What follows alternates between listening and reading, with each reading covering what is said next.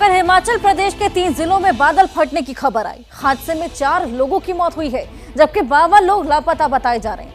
11 घर बह गए, कुछ दुकानें सेकंड भर में मिट्टी का ढेर बन गई। उत्तराखंड में भी भारी बारिश की वजह से कई जगहों पर बादल फटने की खबर है।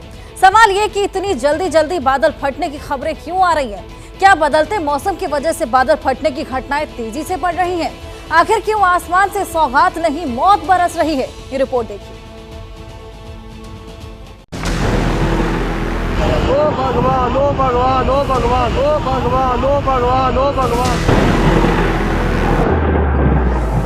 मलाना डैम फट गया है। कृपया नदी नालों से दूर रहे। मलाना डैम फट गया है। Attention please.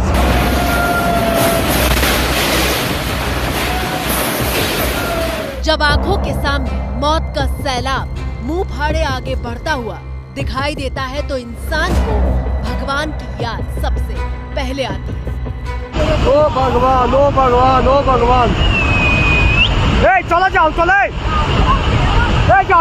चलो। भाई बहुत ही भयानक, बहुत ही भयानक, बहुत ही भयानक। भागो सब भाई, भागो भाइयों, भागो। प्रलय कह लीजिए, तबाही का सामान कह लीजिए या फिर बर्बादी की बाढ़, मानो हर शब्द इस तस्वीर की भयावहता के सामने बौना पड़ जाता है।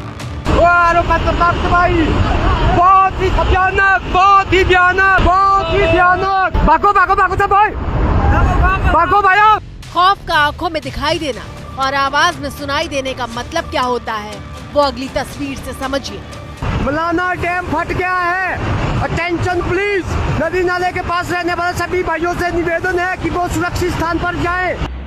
वाकई बहुत ही भयानक मंजर है। और इसके बाद जो लोग चट्टान पर खड़े होकर मौत के सैलाब की आहट का वीडियो बना रहे थे, वो डर कर वहाँ से भागने लगते हैं। भागो सब भाई, भागो भाइयों, भागो। तस्वीरें हिमाचल प्रदेश के कुल्लू से आई हैं, जहां भारी बारिश के बाद बादल फटा था और पानी सैलाब की शक्ल में चट्टानों को भेदता हुआ आगे बढ़ रहा था।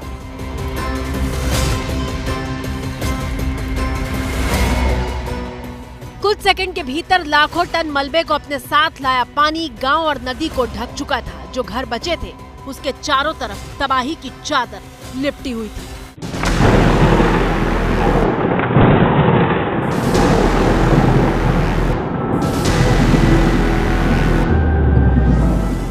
कुल्लू के मलाना 1 और मलाना 2 पावर प्रोजेक्ट को भारी नुकसान पहुंचा है। अचानक आई इस बाढ़ में पुल बहने की खबर भी आई है।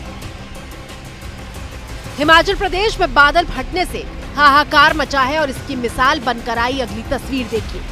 7 सेकंड के भीतर एक 3 मंजिला इमारत ताश के पत्तों की तरह भरभरा पड़ती है।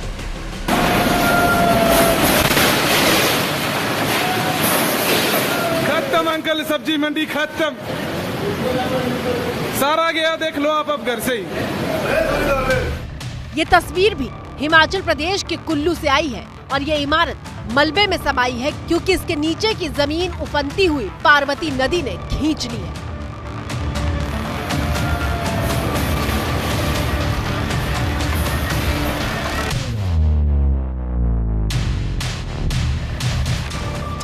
इसके बाद की तस्वीर तो और भी ज्यादा भयानक है, जब क्रोध से उफान मार रही पार्वती नदी गिरी हुई इमारत का निशान तक बाकी नहीं रहने देती और इसका इंच इंच पानी के साथ जल समाधि में लीन हो जाता है।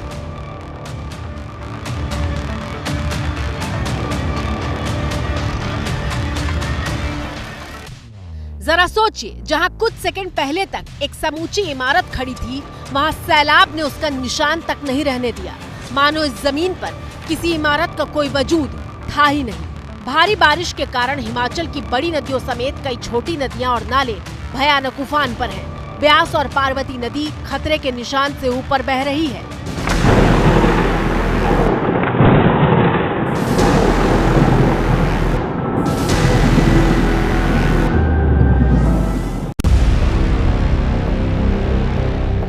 हिमाचल प्रदेश में तबाही की अगली तस्वीर देखिए, जो शिमला से आई है। शिमला के रामपुर में भारी तबाही की खबर है। हिमाचल प्रदेश में कुल 3 जगह बादल फटा, जिसमें शिमला का रामपुर शामिल है। सड़कें तबाह हो गई हैं, घरों के भीतर तक मलबा घुस चुका है। रास्तों पर मलबे का कब्जा हो चुका है और फंसे हुए लोगों को निकालने के लिए एनडीआरएफ के जवान उफनती नदी को पार करके रेस्क्यू ऑपरेशन चला रहे हैं।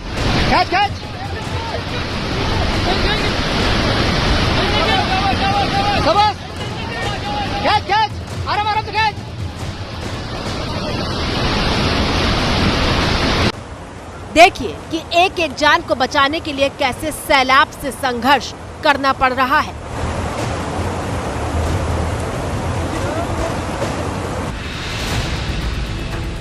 हिमाचल प्रदेश के मुख्यमंत्री सुखविंदर सिंह सुक्खू ने आर्मी को अलर्ट रहने के लिए कहा है।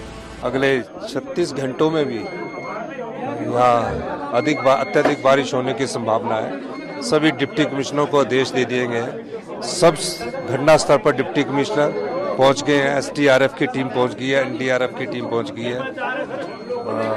सभी से हमारी बातचीत हुई। हिमाचल प्रदेश में अगले 36 घंटे के दौरान 10 जिलों में भारी से भारी बारिश का अलर्ट जारी किया गया है। जरा सोचिए, अभी ये हालात हैं तो आगे क्या होगा।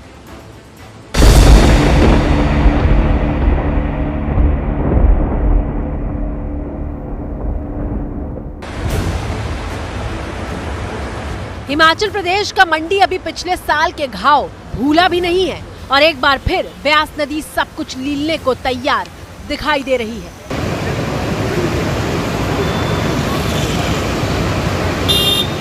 ये पंचवक्त मंदिर है, जहां डैम से पानी छोड़े जाने के बाद नदी रौद्र रूप ले चुकी है।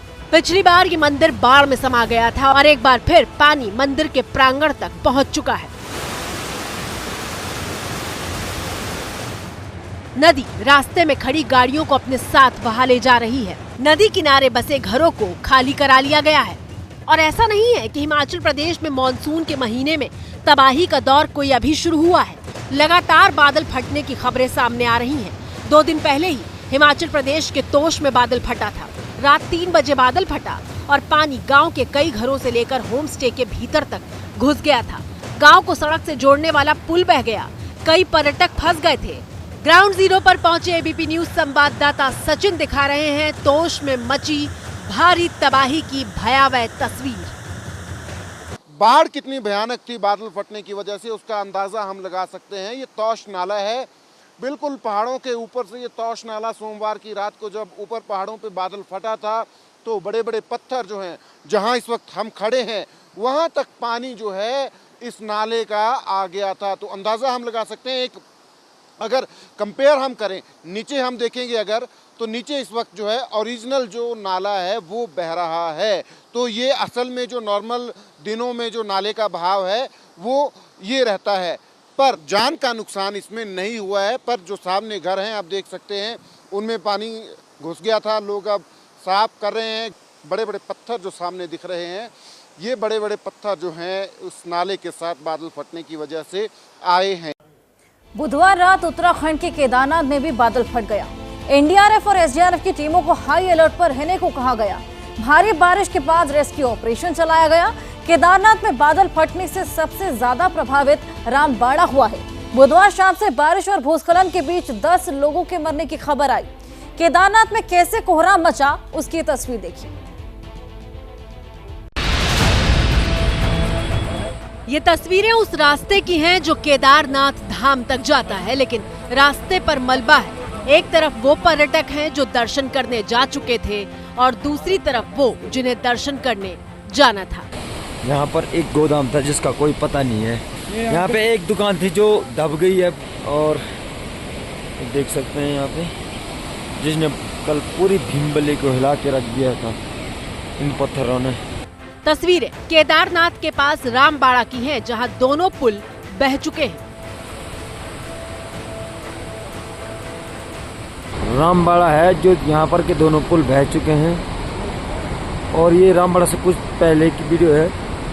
यहाँ पर भी बादल फटा है रात को, यहाँ पर जाने के लिए नहीं है। और इसके बीच में जो लोग हैं वो फंसे हुए हैं, वो इधर भी नहीं आ सकते, उधर भी नहीं जा सकते। उत्तराखंड में मंदाकिनी नदी का रौद्र रूप देखिए, जिसने केदारनाथ हाईवे को जगह जगह से बर्बाद कर दिया है। फिलहाल यात्रा को रोक दिया गया है। गौरीकुंड से सोनप्रयाग के बीच 100 मीटर तक का हाईवे नदी अपने साथ बहा ले गई है।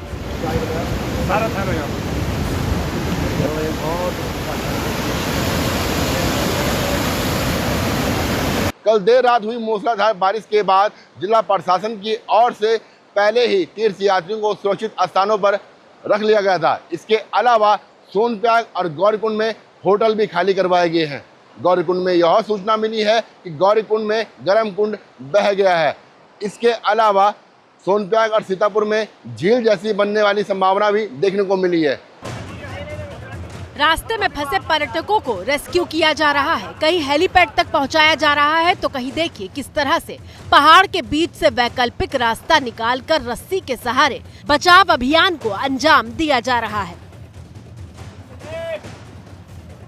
350 से ज्यादा यात्रियों को हेलीकॉप्टर से रेस्क्यू किया गया, जबकि 1460 यात्रियों को इसी तरह दुर्गम पहाड़ियों के बीच से निकालकर सुरक्षित जगहों पर लाया गया है। हिमाचल प्रदेश से लेकर उत्तराखंड तक बादल फटने की खबर आ रही है। आसमान से बरसती आफत के आतंक की अगली तस्वीर देखिए।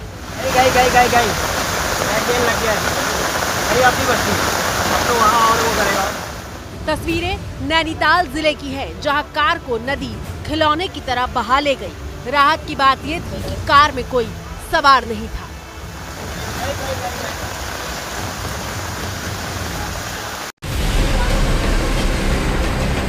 उत्तराखंड में बादल फटने के बाद चारों तरफ कोहराम मचा हुआ है। ये तस्वीर भी बर्बादी की उसी कहानी का एक हिस्सा है। अल्मोड़ा में भारी बारिश के बाद जटागंगा नदी में ऐसा उफान आया कि इसके रास्ते में जो कुछ आया वो बर्बाद हो गया। इसी हफ्ते केरल के वायनाड में बादल फटने से भारी तबाही मची, जहां 160 से ज्यादा लोगों की मौत हो गई। गुरुवार को राहुल गांधी और प्रियंका वायनाड में पीड़ित परिवारों से मुलाकात करने भी पहुंचे थे। अब हम आपको बताते हैं कि बादल फटने का मतलब क्या होता है। मौसम विभाग के मुताबिक जब 1 घंटे के भीतर 20 से 30 वर्ग किलोमीटर के इलाके में 100 मिलीमीटर की बारिश हो जाए तो ऐसी स्थिति को बादल फटना कहते हैं। अब इसे ऐसे समझिए, जब 2000 हेक्टेयर एरिया में 1 घंटे तक 100 मिलीमीटर बारिश होती है तो वहाँ 200 करोड़ लीटर पानी बरस जाता है और इसीलिए बादल फटने जैसे हालात पैदा हो जाते हैं। जब बादल फटता है तो कुछ इस तरह की तस्वीरें सामने आती हैं। भारी बारिश के बाद उत्तराखंड में जगह जगह लैंडस्लाइड की वजह से सड़कें पूरी तरह से बंद हैं। हजारों यात्री जहां तहां फंसे हुए हैं। तस्वीरें उत्तरकाशी की हैं, जहां मलबा हटाने के लिए मशीनें लगाई गई हैं। और ऐसा नहीं है कि बादल फटने की घटनाएं सिर्फ पहाड़ पर ही होती हैं। रिकॉर्ड तोड़ बारिश से मैदान पर भी बादल फटने जैसे हालात पैदा हो रहे हैं। हालांकि पहाड़ पर बादल फटने के चांस ज्यादा होते हैं और डराने वाली बात यह है कि बादल फटने की घटनाएं साल दर साल बढ़ रही हैं। साल 2020 में हिमाचल प्रदेश में बादल फटने की 3 घटनाएं हुई थी। 2021 में हिमाचल प्रदेश में बादल फटने की 30 घटनाएं हुई। 2022 में यह आंकड़ा बढ़कर 39 तक पहुंच गया, जबकि साल 2023 में हिमाचल प्रदेश में बादल फटने की 65 घटनाएं